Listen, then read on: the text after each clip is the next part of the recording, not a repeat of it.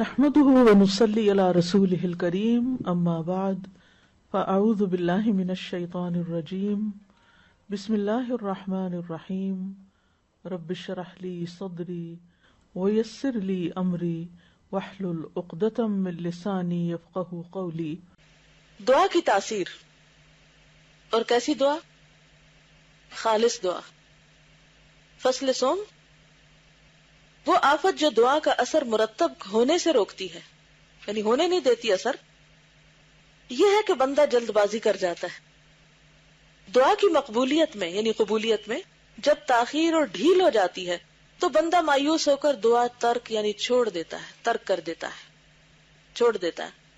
اس شخص کا حال اس آدمی جیسا ہو جاتا ہے جس نے کھیت میں دانے ڈالے یا باغ میں درخت کے پودے لگائے، کھیتی اور درختوں کی خدمت کرتا رہا، انہیں پانی دیتا رہا، لیکن جب اس کے کمال کا وقت آیا اور پھل لگنے کا زمانہ قریب ہوا تو اس نے کھیتی اور درختوں کو چھوڑ دیا اور اس سے بالکل غافل اور بے خبر ہو گیا۔ یعنی بعض اوقات ہم دعا کرتے رہتے این بس قبولیت کا وقت قریب ہوتا ہے کہ ہم چھوڑ دیتے، کام بھی چھوڑ دیتے ہیں، دعا بھی چھوڑ دیتے ہیں کہ یہ تو ہونا ہی نہیں۔ نتیجہ کیا ہوتا ہے؟ کچھ بھی حاصل نہیں ہوتا۔ تو آپ نے دعا کرتے رہنا ہے کب تک؟ جب تک مسئلہ حل نہ ہو جائے۔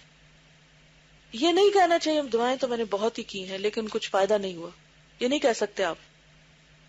حضرت ابو ہریرہ سے مروی ہے کہ حضرت صلی اللہ علیہ وسلم نے فرمایا یستجاب لأحدکم ما لم يعجل یقول دعوت فلم یستجب لی، صحیح بخاری کتاب الدعوات۔ تم میں سے ہر ایک کی دعا قبول ہوتی ہے اگر تم جلد بازی نہ کرو۔ دعا کرنے والا کہنے لگتا ہے کہ میں نے دعا کی مگر میری دعا قبول نہیں ہوئی۔ یہ جو جملہ ہے نا، میری دعا قبول نہیں ہوئی، انتہائی غلط جملہ ہے، کیونکہ دعا تو قبول ہوتی ہے، ہاں اس کے اظہار کے طریقے مختلف ہوتے ہیں۔ قبول نہ ہوئی کہنا مجھے یوں لگتا ہے بعض اوقات جب میں کسی کے منہ سے سنتی ہوں نا تو مجھے ایسا لگتا ہے جیسے کسی نے مجھے رکھ کے کچھ مارا ہے، اتنی مجھے سخت تکلیف ہوتی ہے یہ بات سن کے۔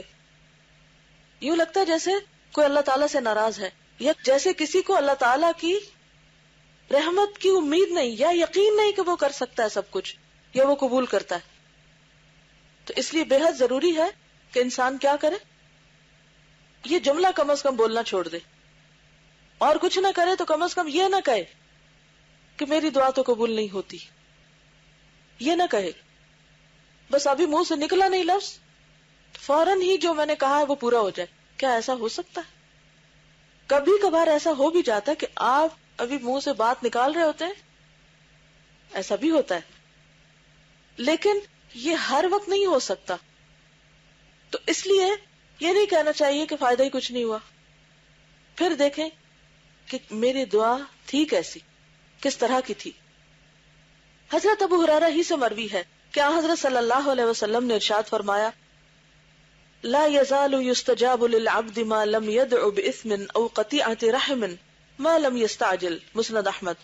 بندے کی دعا قبول ہوتی ہے جبکہ وہ گناہ اور قطع رحم کی دعا نہ کرے اور جلد بازی نہ کرے۔ گناہ کی دعا نہ کرے، رشتوں کو کاٹنے کی دعا نہ کرے اور جلد بازی نہ کرے۔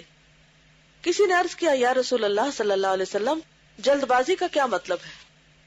آپ صلی اللہ علیہ وسلم نے فرمایا یقول قد دعوت وقد دعوت فلم ارى ان يستجاب لي فيستحسر عند ذاك ويدع الدعاء، صحیح مسلم کتاب الذکر والدعاء۔